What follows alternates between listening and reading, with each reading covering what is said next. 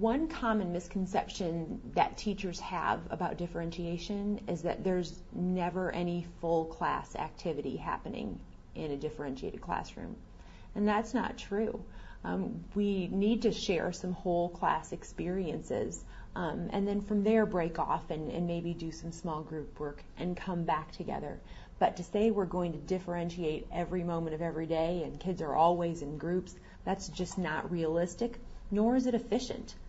There are times when it makes sense for us to all talk together about things. And then there are times when it makes sense for us to do different things because we're at different readiness levels or have different interests.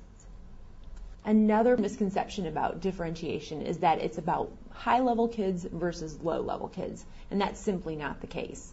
Every child that we encounter is going to have strengths and weaknesses, and so it's really important that we are taking their temperature very frequently by using formative assessments such as exit slips or Freyer diagrams or tickets to leave, so that we can find out where their strengths are and where their weaknesses are.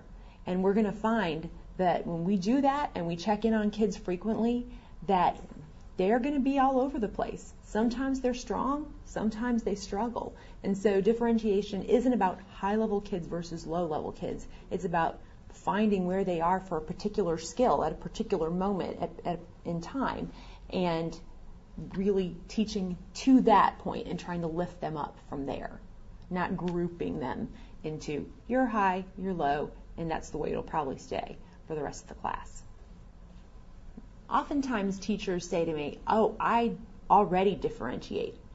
And when I listen to them talk, I realize what they're talking about is really, it's good teaching, but it's not differentiation. And what they're describing to me is being really responsive. And that's so important. We need to be responsive.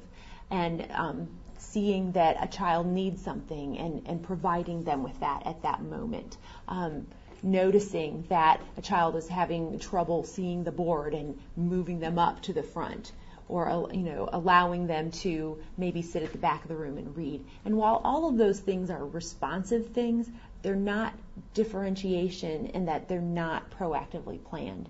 Differentiation says, I know everybody's going to need something, so I'm going to find out what that is and I'm going to plan ahead for it. And I'm going to quote my friend Jessica Hockett here when she compares differentiation to being a good server at a restaurant. And she describes how when she goes to a restaurant and she orders a burger and fries, she feels much better served when the waiter brings the ketchup with the burger and fries, rather than if she has to sit and wait for that to come afterwards, because by then your fries are cold, your burger's soggy, and you're not very happy. And so when we're responsive, we're bringing them the ketchup when we see that they need it. But when we're differentiating, we're finding out ahead of time, hey, are you going to need some ketchup with that? And bringing it to them at that moment. And that is more efficient. And that separates differentiation from just responsive teaching. It's proactive. It's finding out what kids need and being ready for it when they walk in the door. One common misconception about differentiation is that it's always about readiness. And it's not. Now, true, at times it is about readiness, when we know that we have students in different places and we need to help them grow. But oftentimes it's also about interest, because we know that we want students to be motivated to complete the task. And at other times, we know that we want students to work in their preferred learning profile because it's more efficient for them. And so I think the exciting thing about a differentiated classroom for an adolescent, for a high school or for a middle school student, is that they never feel pigeonholed. They work with different groups of kids at different times. And sometimes it's with kids of like readiness because we need to grow no matter where we start. Sometimes it's with kids of like interest because that fires us up. It makes us motivated. We're interested in getting this job done, and we'll do it quickly and with vigor and with enjoyment.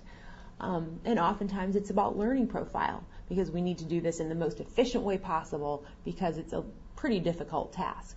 And so the bottom line is an adolescent walks into a differentiated classroom and really never knows, who I'm going to be with. Because what's going to happen today?